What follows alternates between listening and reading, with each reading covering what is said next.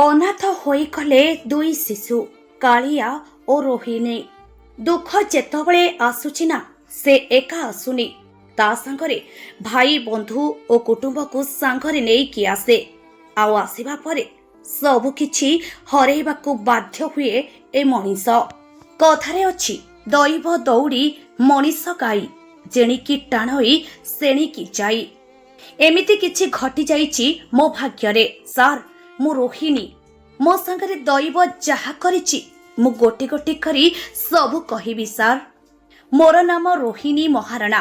ମୁଁ ଗଞ୍ଜାମ ଜିଲ୍ଲା ଚିକିଟି ବ୍ଲକ ରମ୍ପା ପଞ୍ଚାୟତର ସରକାରୀ ଉନ୍ନୀତ ଉଚ୍ଚ ବିଦ୍ୟାଳୟର ନବମ ଶ୍ରେଣୀ ଛାତ୍ରୀ। ମୋ ବୟସ 14 ବର୍ଷ। ମୁଁ ଏହି ବିଦ୍ୟାଳୟରେ ପଢୁଛି। ମୋ ପରିବାରରେ ଆମେ 4 ଜଣ ସଦସ୍ୟ ରହୁଛୁ। ମୋ ନାମ ରୋହିଣୀ ମହାରଣା। ମୋ ବାପାଙ୍କ ନାମ ସୀମାଞ୍ଚଳ ମହାରଣା, ମାଙ୍କ ନାମ ଗୌରୀ ମହାରଣା। ଛୋଟ ଭାଇର ନାମ କାଳିଆ ମହାରଣା। ବୟସ ମାତ୍ର 4 ବର୍ଷ ଓ 6 ମାସ। ମୋ ମା 2 ବର୍ଷ ପୂର୍ବେ ଏକ ଅଜଣା ରୋଗରେ ପୀଡ଼ିତ ହୋଇ ତାଙ୍କର ଅକାଳରେ ମୃତ୍ୟୁ ହୋଇଥିଲା।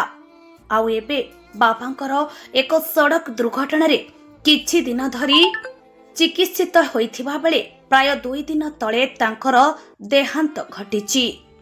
ବାବା ଚାଲିଗଲା ପରେ ଆମେ ଭାଇ ଭଉଣୀ ଅନାଥ ହୋଇଯାଇଛୁ। ଆମ ମୁଣ୍ଡ ଉପରୁ ପରିବାରର ଛାୟା ହଟିଯାଇଥିବା ବେଳେ ବେସାହାରା ହୋଇଯାଇଛୁ। ଆମେ ଜାଣିପାରୁନୁ ଏବେ କ'ଣ କରିବୁ, କେମିତି ରହିବୁ, କେମିତି ଚଳିବୁ। ନା ଆମର ଘର ଖଣ୍ଡିଏ ଅଛି, ନା ଆମର ରୋଜଗାର କରିବାର କ୍ଷମତା ଅଛି। ତେଣୁ ମୁଁ ସରକାରଙ୍କୁ ଅନୁରୋଧ କରୁଛି, ଦୟାକରି ମୋ କଥାଟି ଶୁଣିବେ। ସରକାରଙ୍କ ପାଖରେ ମୋର ଏତିକି ଅନୁରୋଧ। ମୋର ପାଠ ପଢ଼ିବାକୁ ବହୁତ ଇଚ୍ଛା ରହିଥିବା ବେଳେ ବାଧକ ସାଜୁଛି ଅର୍ଥ। ଯଦି ଓଡ଼ିଶା ସରକାରଙ୍କ ତରଫରୁ କିଛି ସାହାଯ୍ୟର ହାତ ବଢ଼ାଇବାକୁ ଅନୁରୋଧ।